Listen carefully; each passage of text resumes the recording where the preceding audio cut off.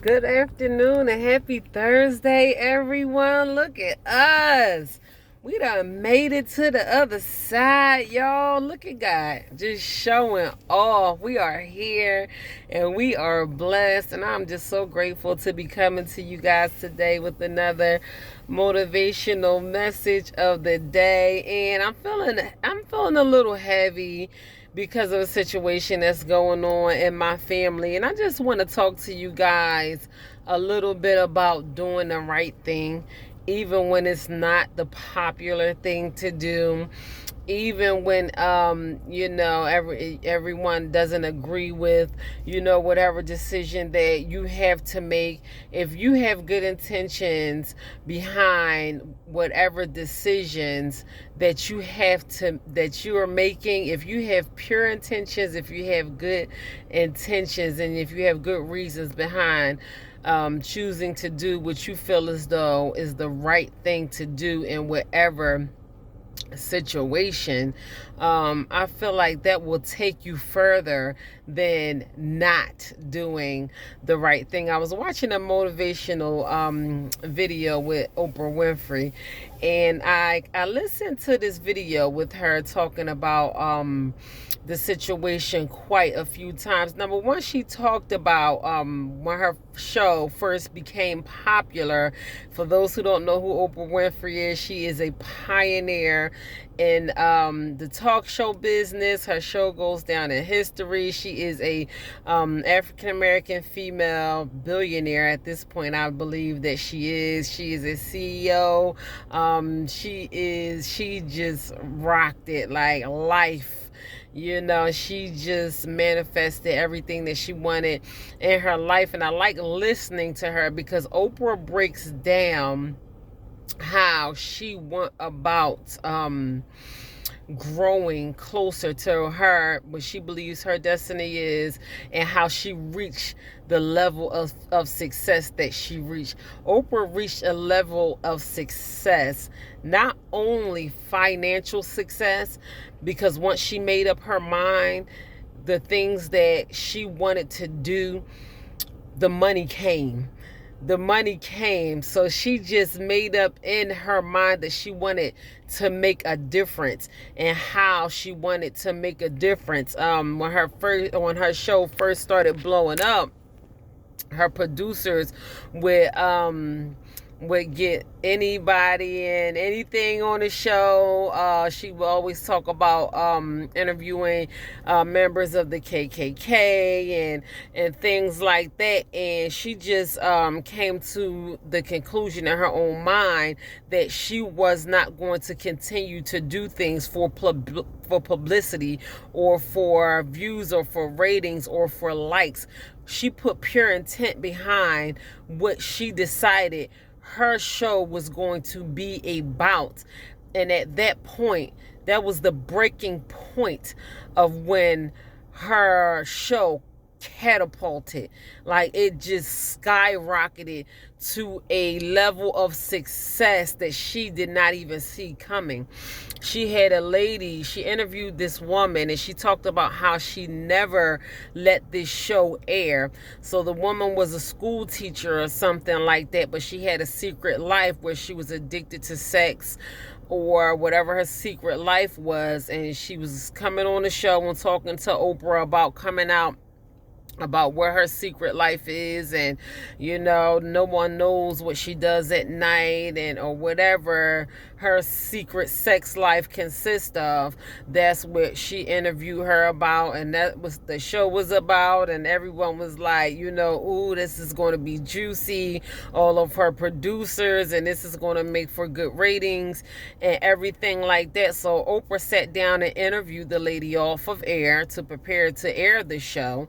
And she talked to the woman about her secret life, and she said, well, why do you want to come clean about your secret life? She said, so people can know, or whatever the lady answered, however she answered the question.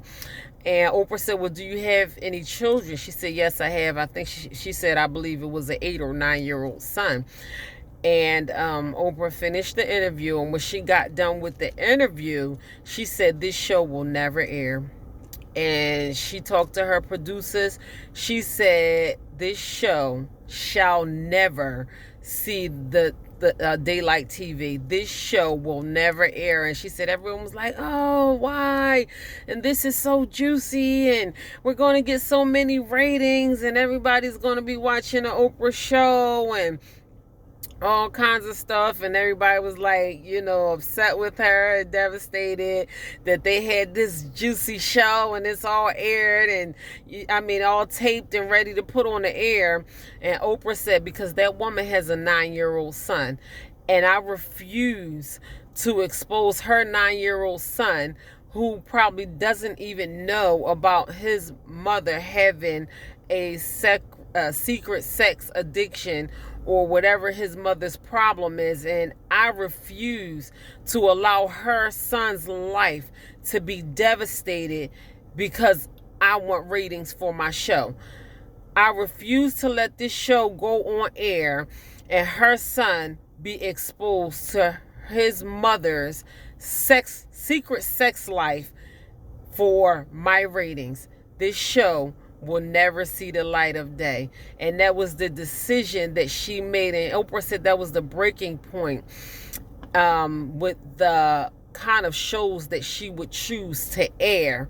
And she said, if I'm going to air anything or anyone on this show, is going to have meaning and purpose behind it. I'm here to help people the way that I needed help when I was in a helpless situation. So when she put pure and good intent behind what she knew she wanted her show to be about, that's when her success reached a height that she never ever saw coming. That spoke to me so much. And like I said, I listened to that motivational speech with Oprah Winfrey. I listened to it about 3 or 4, maybe 5 times. And every time I listen to it, I just try to get a different message behind it. But it just confirms something for me, that every time I go to do something, I want to have pure intentions behind everything that I do. Even with being a person that love God, and they talk about how people of God were chastised and murdered, and they said, you're not supposed to be calling God whoever you want to call him by, or you get chastised for doing the right thing. And a lot of people laid down their life and they died for what they believe was the right thing. And I'm just here to remind you that there is always something in it for you. You will always be rewarded for doing what you know is right inside of you.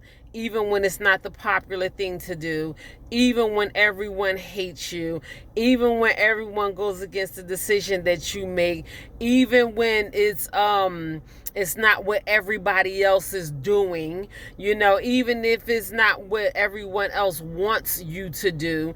If you have to make a sound decision within yourself for whatever beliefs that you hold firm to in your heart, with nothing behind it, with no evil intent behind it, with nothing, with no strings attached, just pure intent, I am here to confirm to you that you will always be rewarded for doing what is right.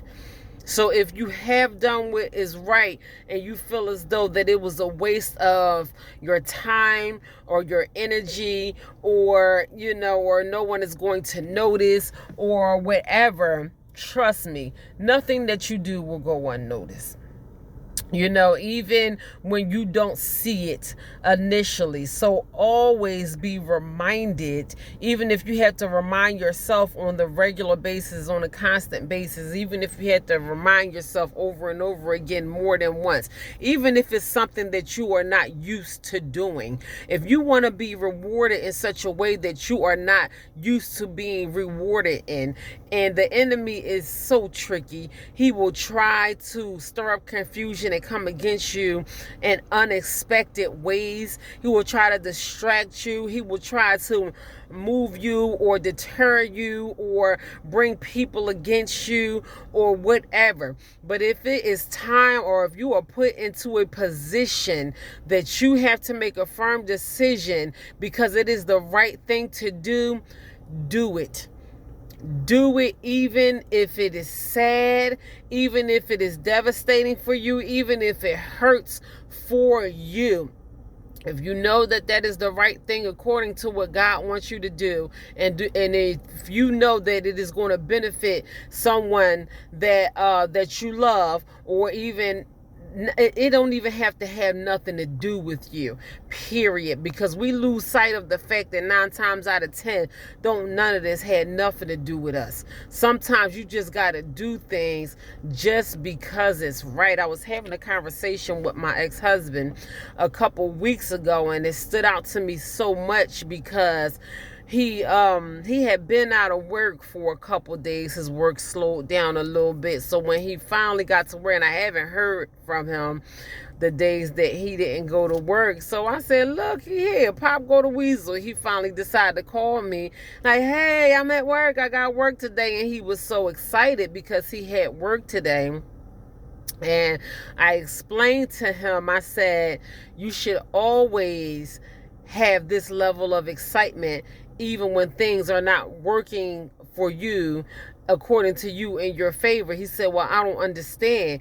You mean to tell me that you learn how to keep your spirits lifted up even when things are not working for you the way that you want them to? And I said, you have to. And it is not only for you. You know, when you have people around you, I don't think we give enough credit to the fact that the things that we do, how we feel, how we live our life, how we compose ourselves, our mental health, and everything else, we lose sight of the fact that it has a direct effect on the people around us. Everything that we do, down to the smallest thing, it has a direct effect to those, especially those who are closest to us. I was just having a conversation with my 24-year-old, and he was talking about he was experiencing a situation with him at work, and someone was talking about the relationship that they had with their mother, maybe his partner. He's a certified EMT, and he said even though he didn't speak of it, but it reminded him of when he was younger, and he saw me begin to take extreme measures into bettering myself more and more and more and more and more over the years. And he was saying that he know if I had not done those things, that his life would be way different than what it is today. My soon-to-be 15-year-old daughter said the same thing to me, and my soon-to-be 21-year-old son said the same thing to me. And I was reminding my son that me getting my life together was literally the driving force, that my children were literally the driving force behind me getting my life together. Because if my kids' life ended up in a way that was not pleasing to me or to society or to themselves in any kind of way, it was not going to be because of the kind of mother that I was. So everything that I did to change myself around, I did it because I wanted what was best for my kids. And the decisions that I had to make, even when no one agreed with them, even when I just had to stand firm and make some really drastic decisions to change my life around. Everything from walking away from the drugs and walking away from the alcohol, walking away from the bad marriage, walking away from a city that the violence was growing worse and worse by the second. Every drastic decision that I made, I knew that everything that I did would have a direct effect on my children. And I would be more devastated of being the reason behind my children not leading a productive life than me still living the life that I was living before. Not only was I miserable with the life that I was living, because sometimes it just grows weary. It is just not fun anymore. It grows old. You get tired of being sick and tired. It's fun at first, but when you are living a life that is not pleasing of God and doing sinful things and doing things that are just not right, it's fun at first. It's all fun and games until people start to get hurt.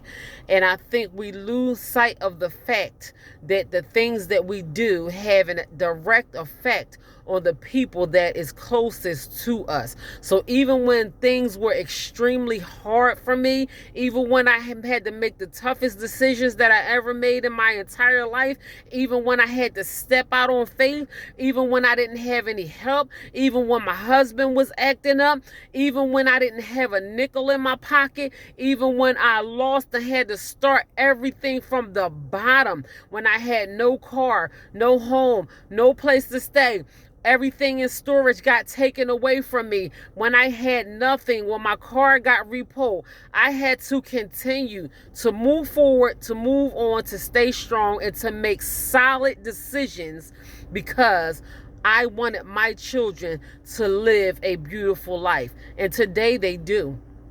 And I'm so grateful for that. I don't take the credit for where my life or the life of my children is today. I give God all the glory for everything that he did to work through me, for me to be able to stand here before you today and to be able to tell my testimony and how far God has taken me.